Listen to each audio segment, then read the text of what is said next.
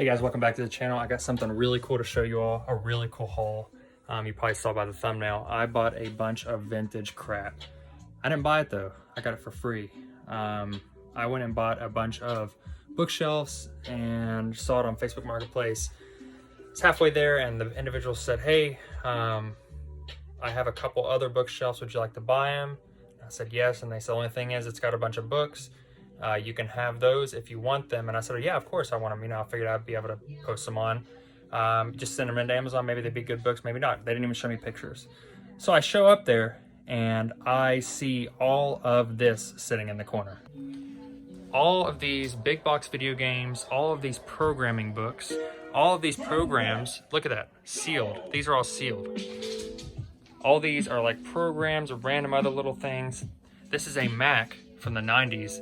Have not tested this. I will test this with, I'll get a video of me testing it. Anyway, so yeah, this is a lot of really cool stuff. I got this Palm Pilot, a vintage alarm clock. This is a sealed Windows Vista, some speaker wire.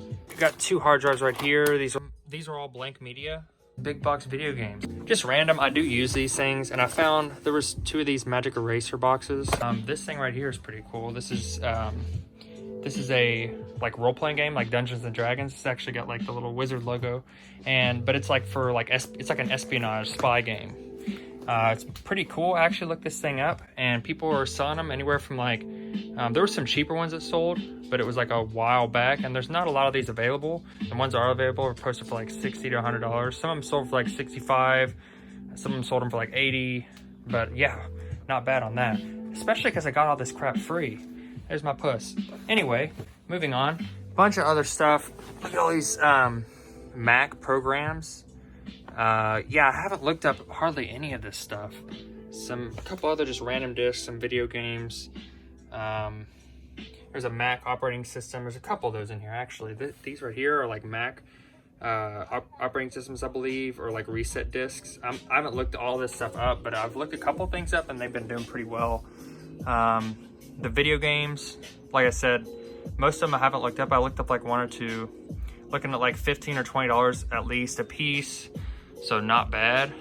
And I'm sure there'll probably be a couple other good ones. There's some Linux. I got these like detailed like measuring or like architect kit. I don't even know what the heck these are for again. I feel like an idiot, but anyway, and then this is kind of cool.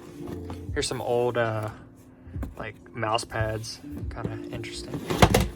This is kind of cool. So this is actually the jet that I work on in the Air Force. This is a simulator game.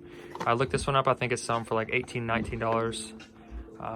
But I might just keep it. It's kind of cool. I don't know if I'll play it or anything, but it's just kind of cool for me. So I'm here watching Couple of Pickers. I know a lot of you have seen me on their live show, but if you are new to them, definitely subscribe. I'll put a link to their channel down in the description. All right, guys, so yeah, that is definitely a tip for you all. If you're going out, especially Facebook Marketplace, and you see people are selling things on there, I always ask them, hey, do you have anything else for sale? I noticed that you were selling some things. What do you have? And sometimes they'll even like bring out stuff that is not posted on Facebook.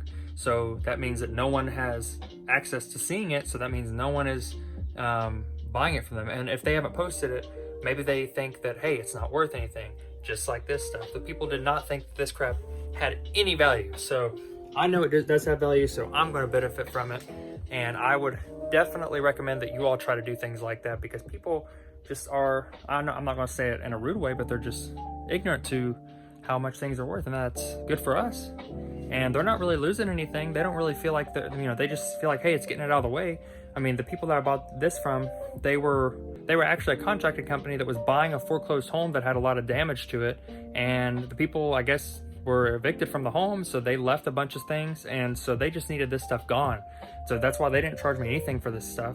All I paid was $120 for like 7 bookshelves and a fold-up table that I will definitely use at the flea market. I've already got it there, so that benefited me regardless.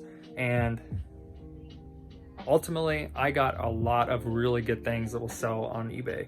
And if y'all watch Lonnie at Garage Flips, I'm sure you've seen him sell these big box video games and do pretty well on them. They're not like home run items, but they're definitely like, $15, $20 each, with some of them having even more value. So yeah, with stuff like this, like, I'm not really putting too much time into sourcing it. I literally just picked up all this stuff. So it's literally just the time I have to put into listing it, that I really have to consider. I'm super excited about this stuff, so it's not gonna sit here long before I'm gonna start picking through it and everything. I try to discipline myself so that I can make a video so y'all could see everything before I start selling it.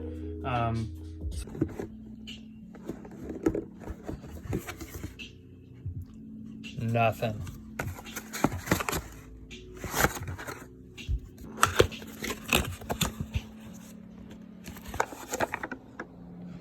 Well, the game isn't in there, but this collectible figure, which I accidentally creased because I dropped it. So we got some other games to go. So far, none of these have the games in them. Man, I'm kind of upset. Like, every single game that I've picked off the stack has not even had the game in it.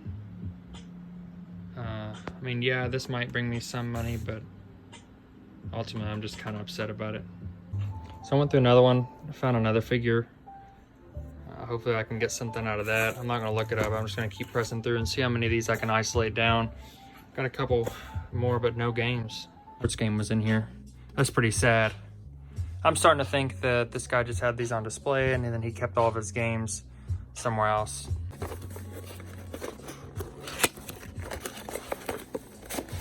Aha! There we go. Finally found a game in one of the boxes. Dark Age of Camelot. Okay, I don't even care whatever game it is. The fact is, that's a good sign that we at least have this one. So we got some left. So hopefully we can find some more. So far we went through all of these and nothing, but we did find one and another one. There we go.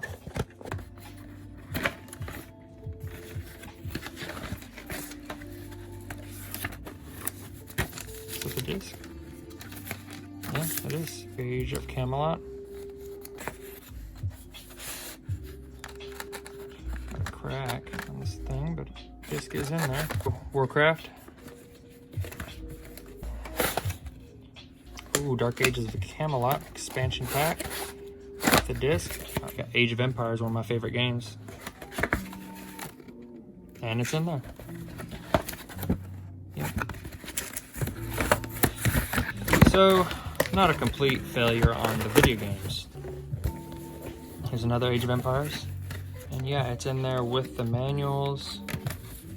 Looks like, yeah, there's some extra, like, floppy disks down there that go to it.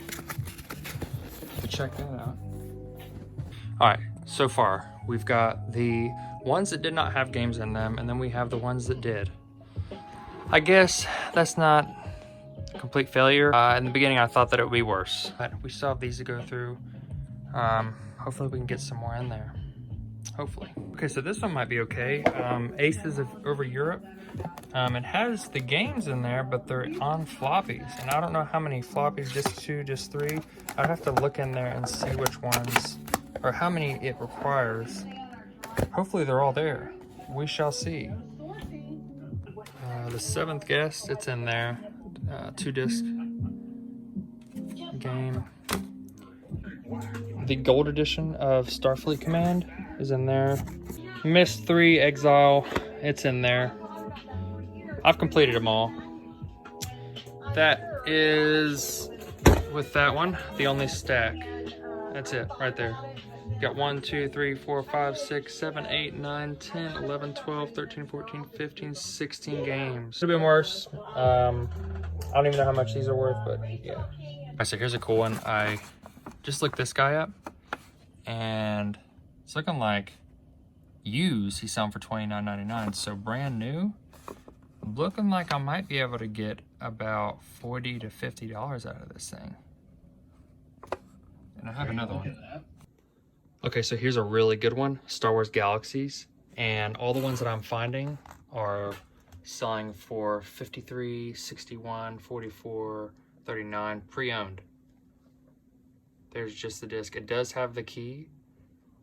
Pretty happy about this. Checked it. Everything's good. All the discs are in pristine condition. So are the cases.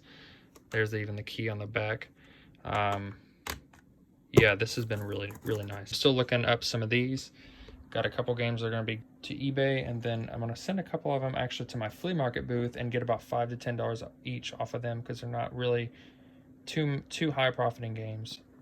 But yeah, this one's really good. And honestly, guys, I got this stuff for free, so I'm really not complaining too much. I'm not spending a crazy amount of time looking this stuff up, and I'm enjoying myself. This is old stuff that I used to mess around with when I was a kid. So honestly, overall, pretty satisfied so far. I've gone through all the programs. I've gotten some that are actually pretty good for eBay, and then I've got some other ones I'm gonna be putting into the bin to take to the flea market. All right, so some of y'all might think this is kind of silly, but it's worked out pretty well for me. Anytime I'm going through a storage unit, or anytime I'm clearing something out, or anytime I throw something away, I keep the power cable. Even if it is connected, I clip it off and I either take it to the scrapyard or I'll use it to fix something else. But especially if it's just a power cable that just connects, I definitely take those and I store them. I have a power cable bin that has a bunch of different normal power cables, some of the ones that go to like PlayStation, and yeah, just power cables like that. And then I also keep coax, and I also keep I don't know why the emblems are turned around. I keep all the USB ones for like cell phones and different electronics like that, and then I keep all the like 3.5 millimeter jack ones, and then I also keep all of the power adapters. I've got a lot of times I'll find things in storage units or whatever have you, and I'll need a cord for it. And case in point, this Mac, I did not have a cord that came with it, so I had to use one out of this bin. All right, let's see if this thing works. Look at this thing. It's got this nifty little handle. All right, so after some maneuvering, I actually got this thing to power on. It's making some funky noises, I don't know. Hey, look at that. This thing is working. The power cable doesn't fit exactly right. I don't know if it's just a smaller one or cheap knockoff or something. That doesn't look like that, what you're seeing. That's just the way that the camera picks it up. But yeah, it's working. Yeah, there's no, like, there's like a hard drive slot or whatever in there.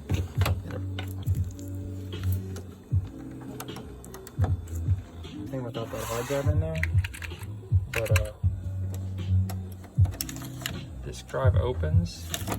But this would look pretty cool in my booth. I don't really want to ship this damn thing. I mean, if it was perfect and it, you know, had everything with it, which I guess this is all it needs, unless that hard drive is needed. But yeah, I'm thinking it needs a hard drive slid in there. So ultimately, I am considering this working to some degree. So I'm gonna put it at the flea market and say, hey, this thing's working. I might put it up for like 80 bucks. And we'll see. Now I'm probably gonna go through a couple other programs and then some books. I'm gonna go through these books, I'm gonna scan them into Amazon FBA and see if they have any value there. And then I might turn around and try to scan them on eBay and see if there's any difference. All right, I just got done scanning all these books into FBA. And these were the ones that had profit. None of them were even too crazy. I think the most profit to stand for one was like $7, the least being 2. So all in all, not a very good return on the books for FBA. I got Harry on, Harry Humstone. He goes live a lot and just BS's with everyone, and I enjoy that. I'll put a link to his channel down in the description as well. But regardless, I think I'm gonna post all these on Facebook Marketplace and just put, you know, like MacBook, Windows, programming, vintage, books, whatever. Anyway, I'll put this on there, and I'm sure someone eventually will come pick them up. If anything, like I said, I will go take them to the flea market and, you know, just sell them here and there. I'm sure someone will think they're interesting. Some people like this stuff, but I looked up a couple of them on eBay and they're not doing too much better. I'm not really gonna waste my time with it. I'd rather just take them to the flea market and sell them in one big bulk buy from someone else, because they're all big and heavy too. So that's another reason why they're not gonna profit me that much, because some of these books weigh like 2-3 pounds. So that's taken up a little bit because it's medium mail, but still, I'm not doing it. But this stuff was free, so whatever. And it does add another category to my flea market booth. It does add a new category to the part of my flea market booth that is gonna have books. So whatever, it's gonna attract people, I guess. I'll post it on Facebook. It'll be another way to attract people. Buy a little bit. These 2 books will go good on eBay. Of course, any Haynes manual, and this thing is like almost new, any Haynes manual you want to put on eBay. They sell really quick, for me at least, and I don't know, I usually get about 10 bucks out of them. I profit about 7, but still, especially in good condition like this, I always put these on eBay. This book, it's like nearly brand new as well. I have to do a little bit more research, but it looks like this thing is going a little bit on eBay. So this was also in there, and a lot of these older keyboards you can make some money off of. This thing sells for like $20 or $30. It's an ergonomic, so it kind of fits weird in your hand. And yeah, I'll make about 20 bucks off of this thing. It might take a little bit to sell, but I'm not too worried.